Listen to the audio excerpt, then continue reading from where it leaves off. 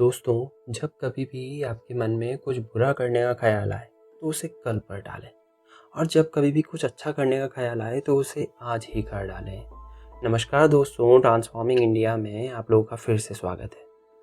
दोस्तों, जहां आज पूरी दुनिया परेशान है इस महामारी से, वहीं दुनिया के किसी कोने में कोई आज बहुत खुश है इस बीमारी से। वो आज अपने आप को मास्क लगा करके बहुत ही निश्चिंत और आज़ाद महसूस कर रही है। पिछले कुछ दिनों से शामली जो है खुद को बहुत ही खुला खुला और आज़ाद महसूस कर रही है। ऐसा रहना तो शायद वो भूल ही गई थी। उसे याद आया जब वह अपने पति के साथ घूमती थी, तब वह ऐसा महसूस करती थी, एकदम सुरक्षित और आज़ाद। ड्राइवर था उसका पति, बहुत ही प्यार करता था शामली से। 15 साल पहले एक एक्सीडेंट में चल बसा और उसके साथ ही शामली की सारी खुशियाँ भी।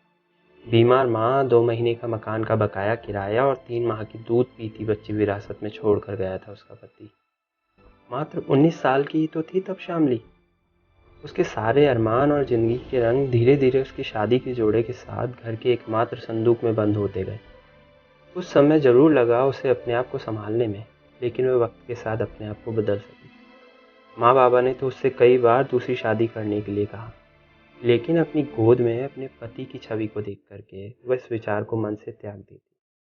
दिन में लोगों के घरों में काम करती और वहां से लौट करके छोटी मोटी सिलाई करके जैसे तैसे अपने घर का खर्च आज तक चला रही थी शाम।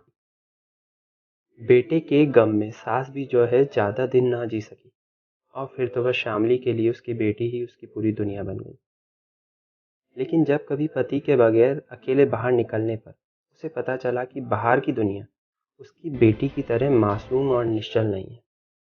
अपने अंदर की औरत को उसने अपने पहनावे और ज़बान की तल्लखी से ढककर रहना तो सीखा, मगर फिर भी जब बाहर निकलती तो ऐसा लगता कदम कदम पर भूखी निगाहें उसके शरीर को भेद कर उसकी आत्मा को मलिन कर रही हो। बार बार मदद करने या किसी भी बहाने से उसको छूने की निर्लज कोशिश कर रही हो। हर दिन घर से निकलती तो डर और असुरक्षा का एक अज्ञात मास्क लगा हुआ महसूस करती अपने ऊपर। और पिछले 3-4 साल से तो बेटी के बड़े होने के साथ उसकी चिंता भी दुगनी हो गई थी।